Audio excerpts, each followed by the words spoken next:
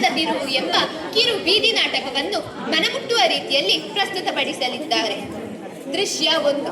ತಮ್ಮ ಮನೆಯ ಯಾರಾದರೂ ಸ್ವಲ್ಪ ಜನ ಸ್ತ್ರೀಯರು ಸೇರಿ ಯಾರೊಬ್ಬರ ಬಗೆಗಾದರೂ ಚರ್ಚಿಸುತ್ತಿರುತ್ತಾರೆ. ಹಾಗೆಯೇ ಇಲ್ಲಿ ಕೆಲವು ಹೆಂಗಸರು ಸೇರಿ ಯಾರದೋ ಬಗೆಗೆ ಏನೋ ಚರ್ಚಿಸುತ್ತಿರುತ್ತಾರೆ. ಏನಿರಬಹುದು? ಯಾರ ಬಗೆಗಿರಬಹುದು? ಬನ್ನಿ ನೋಡೋಣ. ಓ ಅಕ್ಕ, ಹೇಗಿದ್ದೀರಿ? ಹಾಯ್ ಅಕ್ಕ. ನಿಮಗೆ ಆಕರ್ಷಣ ಬಗ್ಗೆ ಗೊತ್ತಿಲ್ವಾ? ಎಂತ ಒಳ್ಳೆ ಹುಡುಗ, ಆಟದಲ್ಲೂ ಪಾಠದಲ್ಲೂ ಎಲ್ಲಾದ್ರಲ್ಲೂ ಚುರುಕು. ಆದ್ರೆ ನಿಮಗೆ ಈಗ ಗೊತ್ತುಂಟಾ ಅವನು ಹೇಗಿದ್ದಾನಂತ? ಅವ ಈಗ ಮೊದ್ಲೆಲ್ಲ ಅವನು ಮಕ್ಕಳೊಟ್ಟಿಗೆ ಆಟ ಆಡ್ಲಿಕ್ಕೆ ಬರ್ತಿದ್ವಲ್ಲ ಗ್ರೌಂಡ್ ಅಲ್ಲಿ, ಈಗ ಅವನು ಬರುದು ಸಹ ಇಲ್ಲೋ ಅಲ್ಲ? ಹಾ ಹೌದು. ಹೌದಕ್ಕ, ಬಿಡಿ, ನಮಗೆ ಯಾಕೆ ಕಂಡೋರ್ ಮನೆ ವಿಷಯ. ನೀವಿದನ್ನ ಯಾರತ್ರ ಕೂಡ ಹೇಳ್ಬೇಡಿ. ನಾನಂತೂ ಹೇಳುದಿಲ್ಲ. ನಾನು ಸಹ ಹೇಳುದಿಲ್ಲ. ಆಯ್ತು. ಕೇಳಿದಿರಾ? ಆಕಾಶನು ಶಾಲೆಗೆ ತಡವಾಗಿ ಹೋಗುತ್ತಿದ್ದಾನೆ. ರಾತ್ರಿ ಎಲ್ಲೋ ಸುತ್ತಾಡಲು ಹೋಗುತ್ತಿದ್ದಾನೆ. ಏನು ಮಾಡುತ್ತಿರಬಹುದು? ಈ ಸಮಸ್ಯೆಯಿಂದ ಅವನು ಹೇಗೆ ಪಾರಾಗಬಹುದು? ಈ ವಿಷಯ ಅವನ ಮನೆಯವರಿಗೆ ತಿಳಿಯಬಹುದಾ? ಬನ್ನಿ ದೃಶ್ಯ 2ರಲ್ಲಿ ನೋಡೋಣ.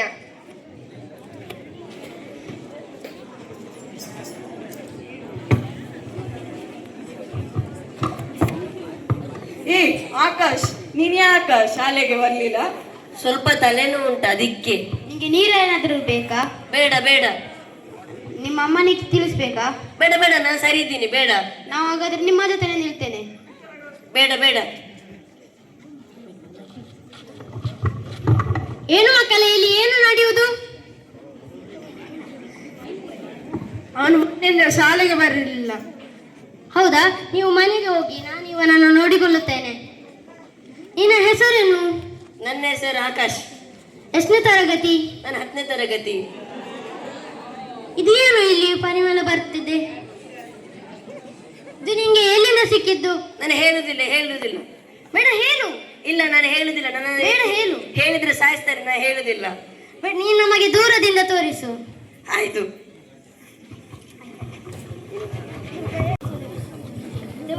ಅವರಿಗೆ ಕೊಡು. ಅವರಿಗೆ ಕೊಡು.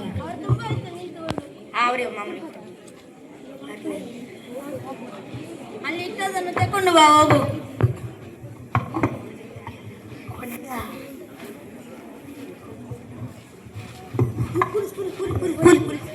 ಏನದು ತೋರಿಸಿ. ತೋರಿಸಿ ಬೇಗ. ಅದೇ ಅಂತಲ್ಲ, ಉಪ್ಪಿನ ಪ್ಯಾಕೆಟ್ ಸರ್. ಬೇಡ, ನಾನು ಹೊರಗೆ ಬರ್ತೇನೆ, ನೋಡುವ. ನೋಡಿ.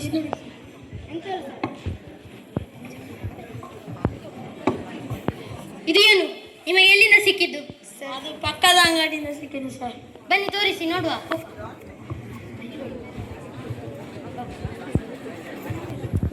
Breaking news. ಇದೀಗ ಬಂದ ಸುದ್ದಿ. 10ನೇ ತರಗತಿಯ ವಿದ್ಯಾರ್ಥಿ ಮೂಲಕ ಡ್ರಗ್ಸ್ ಮಾಡುತ್ತಿರುವ ಅಂಗಡಿಯನ್ನು ಸೆರೆ ಹಿಡಿಯಲಾಗಿದೆ. ಇನ್ನಷ್ಟು ಮಾಹಿತಿಯನ್ನು ಮತ್ತೆ ಸುದ್ದಿಯಲ್ಲಿ ತೋರಿಸ್ತೇವೆ. ನಿಧಿ, ಒಮ್ಮೆ ಇಲ್ಲಿ ಬಾ. ಏನಾಯ್ತಮ್ಮ? ಅದು ಆಕಾಶ್ ಅಲ್ವಾ? ಹೌದಮ್ಮ. ಅವನು ಟಿವಿಯಲ್ಲಿ. ಅಮ್ಮ, ಅವರನ್ನು ಪೊಲೀಸರು ಹಿಡ್ದಿದಾರಮ್ಮ. ಹೌದಾ? ಯಾಕೆ?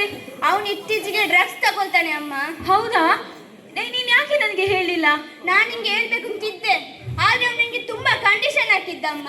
ಹೌದಾ? ಅಯ್ಯೋ, ನನ್ನ ಮಗ ಈ ಡ್ರಗ್ಸಿಗೆ ಸಿಲುಕಿದಾನಲ್ಲ, ನಾನೇನ್ ಮಾಡ್ಲಿ? ನಿನಗೆ ಅವನ ಶಾಲೆಯ ಟೀಚರ್ನ ಹೆಸರು ಗೊತ್ತುಂಟಾ? ಹಾ, ಧನ್ಯ. ಹೌದಾ? ಅವರ ಹತ್ರ ಒಮ್ಮೆ ಹೋಗುವನ? ಹಾ, ಆಯ್ತು. ಆಕಾಶ್, ಒಮ್ಮೆ ಇಲ್ಲಿ ಬಾ, ಪೇಟೆಗೆ ಹೋಗ್ಲಿಕ್ಕುಂಟು.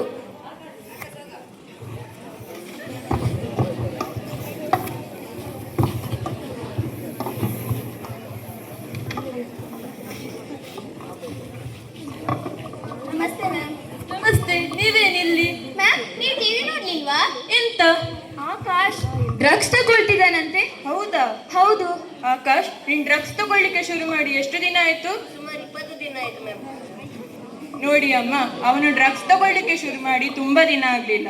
ನಾವು ಅವನನ್ನು ಆದಷ್ಟು ಬೇಗ ಸೈಕಾಲಜಿಸ್ಟ್ ಹತ್ರ ಕರ್ಕೊಂಡು ಹೋಗುವ. ನೀವು ಸಹ ಬರ್ತೀರಾ ಮ್ಯಾಮ್?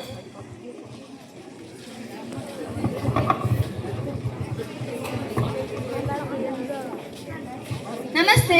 ನಮಸ್ತೆ, ನೀವೇನಿಲ್ಲಿ? ಅದು ನನ್ನ ಮಗ ಇತ್ತೀಚೆಗೆ ಡ್ರಗ್ಸ್ ತಗೊಳ್ತಾ ಇದ್ದಾನೆ. ಹೌದಾ? ನೀವು ಹೊರಗೆ ನಿಲ್ಲಿ, ನಾನು ಅವರ ಹತ್ರ ಮಾತಾಡ್ತೀನಿ. ಸರಿ. ಪಾಪ. ನಿನ್ನ ಹೆಸರೆಂತ? ನನ್ನ ಹೆಸರು ಆಕಾಶ್. ಹೌದಾ? ನೀನು ತುಂಬಾ ಒಳ್ಳೆಯ ಸ್ಟೂಡೆಂಟ್ ಅಂತ ನಿನ್ನ ಟೀಚರ್ ನನಗೆ ಹೇಳಿದ್ರು. ಆದ್ರೆ ನೀನು ಈ ರೀತಿ ಆಗ್ಲಿಕ್ಕೆ ಕಾರಣ ಎಂತ? ಅದು ನಾನು ಮೊನ್ನೆ ಟ್ಯೂಷನ್ ಮುಗಿಸಿ ಬರುವಾಗ ನನಗೆ ದೊಡ್ಡ ಅಣ್ಣನವರು ಸಿಕ್ಕಿದ್ರು. ಅವರು ಹೇಳಿದ್ರು ನಾವು ಖುಷಿಯಾಗಿದ್ದೇವೆ, ನಿಂಗೆ ಕೂಡ ಖುಷಿಯಾಗ್ಲಿಕ್ಕೆ ಒಂದು ಗುಡ್ ಹೇಳ್ತೇವೆ ಅಂತ. ಮತ್ತೆ ಹೀಗೆ ಆಯ್ತು. ಹೌದಾ? ನೀನು ಇದರಿಂದ ಹೊರ ಬರ್ಲಿಕ್ಕೆ ಸಾಧ್ಯ ಇದೆ. ನೀನು ಎಷ್ಟು ಸಲ ಡ್ರಗ್ಸ್ ತಗೊಳ್ತಿದ್ದೆ? ನಾನು ಬೆಳಗ್ಗೆ ಮತ್ತು ಸಂಜೆ. ಹೌದಾ? ಆ ಟೈಮಲ್ಲಿ ನೀನು ನಿನ್ನನ್ನು ಬೇರೆ ಚಟುವಟಿಕೆಗಳಲ್ಲಿ ತೊಡಗಿಸಿಕೊಳ್ಬೇಕು. ಆಗ ಮಾತ್ರ ನೀನು ಇದರಿಂದ ಹೊರಗೆ ಬರ್ಲಿಕ್ಕೆ ಸಾಧ್ಯ. ನಿಂಗೆ ಯಾವುದರಲ್ಲಿ ಹೆಚ್ಚು ಆಸಕ್ತಿ? ಕ್ರಿಕೆಟ್. ಹೌದಾ? ಸಂಜೆ ಹೊತ್ತಿನಲ್ಲಿ ನೀನು ಕ್ರಿಕೆಟ್ ಆಟ ಆಡಬೇಕು. ಬೆಳಗ್ಗೆ ಹೊತ್ತಿನಲ್ಲಿ ಧ್ಯಾನ ಅಥವಾ ಯೋಗವನ್ನು ಮಾಡಿ ನಿನ್ನನ್ನು ನೀನು ಬೇರೆ ಚಟುವಟಿಕೆಗಳಲ್ಲಿ ತೊಡಗಿಸಿಕೊಳ್ಬೇಕು. ಆಗ ಮಾತ್ರ ಇದರಿಂದ ಹೊರಗೆ ಬರ್ಲಿಕ್ಕೆ ಸಾಧ್ಯ. ನೀನು ನನ್ನ ಮಾತು ಕೇಳ್ತೀಯಲ್ವಾ? ಕೇಳ್ತೇನೆ. ಸರಿ ಬಾ.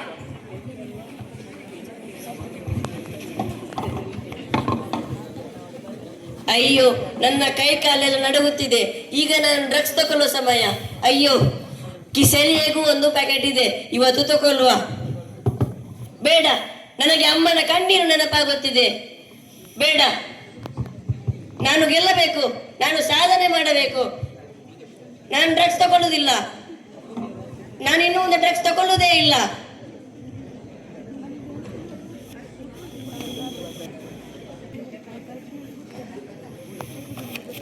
ಆಕಾಶ್, ಯಾಕೆ ಒಂದು ತರ ಇದ್ದಿ? ಏನಾದ್ರೂ ಮೊದಲಿನ ತರ? ಇಲ್ಲ ಅಮ್ಮ, ಇಲ್ಲ. ಹೌದಾ? ಏನಕ್ಕೆ ಬಂದೆ?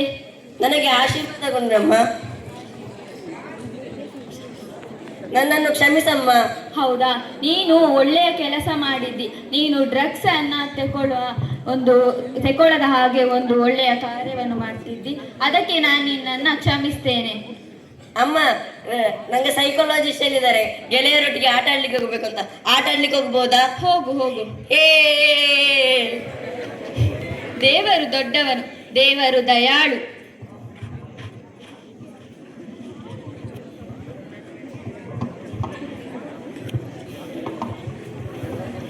ಆಕಾಶನು ತನ್ನ ಮನಸ್ಥಿತಿಯನ್ನು ಸಾಧನೆಯೆಡೆಗೆ ತಂದೊಯ್ದಿದ್ದಾನೆ. ಇವನು ಏನಾದರೂ ಸಾಧನೆ ಮಾಡಬೇಕೆಂದು ಯೋಚಿಸುತ್ತಿದ್ದಾನೆ. ಇವತ್ತಿನಿಂದ ಆಕಾಶನ ಜೀವನದ ತಿರುವು ಶುರುವಾಗಿದೆ. ಇತ್ತಿದ ಜೋಕ್ಲೆಗ್ ಭಾರಿ ಸಸಾರ ಆತಂಡು ಕೇನೆಗ ಪುರ ಅಪ್ಪಮ್ಮನಗಳು ದುಡ್ಡು ಕೊರ್ಪೆರು. ನಿಮಗೆ ಆಕಾಶನ ವಿಷಯ ಗೊತ್ತುಂಟಾ? ಎಂತ? ಅದು ಆಕಾಶ್ ಡ್ರಗ್ಸ್. ನನಗೆ ಅರ್ಥ ಆಗಲಿಲ್ಲ, ಸರಿ ಹೇಳು. ಅದು ಆಕಾಶಿನ ಡ್ರಗ್ಸಿನ ವಿಷಯವಂತೆ. ಓ ಹೌದಾ? ಅದು ಆಗಿಯೂ ಆಯ್ತು, ಈಗ ಅವನು ನಿಲ್ಲಿಸಿಯೂ ಆಯ್ತು. ಅವನು ಕೆಲವು ದಿನಗಳಿಂದ ಡ್ರಗ್ಸ್ ಯೂಸ್ ಮಾಡಿ ನ್ಯೂಸ್ನಲ್ಲಿ ಎಲ್ಲ ಬಂದಿತ್ತು. ನಿಮಗೆ ಇನ್ನೂ ಗೊತ್ತಿಲ್ವಾ? ಅವ್ವ ಈಗ ಬಿಟ್ಟಾಯ್ತು. ಅವ್ವ ಈಗ ಬೆಳಗ್ಗೆ ಯೋಗ ಮಾಡ್ತಾನಂತೆ, ಸಂಜೆ ಆಟ ಆಡ್ಲಿಕ್ಕೆ ಹೋಗ್ತಾನಂತೆ. ಈಗ ಒಳ್ಳೆ ಹುಷಾರಾಗಿ ಆಕ್ಟಿವ್ ಆಗಿದ್ದಾನಂತೆ. ಹೌದಾ? ನೀವೆಂತ ಓದುದು? ನಿಮಗೆ ಒಂದು ವಿಷಯ ಗೊತ್ತುಂಟಾ? ಏನು ವಿಷಯ? ನಿಮಗೆ ಗೊತ್ತಿಲ್ವಾ? ಆಕಾಶ್ SSLC ಪರೀಕ್ಷೆಯಲ್ಲಿ ರಾಜ್ಯಕ್ಕೆ ಪ್ರಥಮ. ಹೌದಾ? ನೋಡಿ.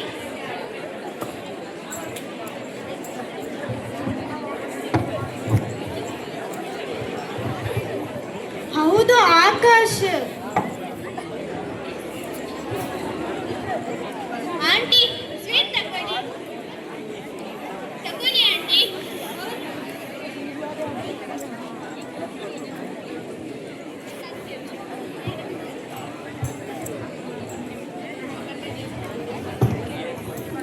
ಅವಳು ಯಾಕೆ ಸ್ವೀಟ್ ಕೊಟ್ಲು ಅಂತ ನಿಮಗೆ ಗೊತ್ತುಂಟಾ?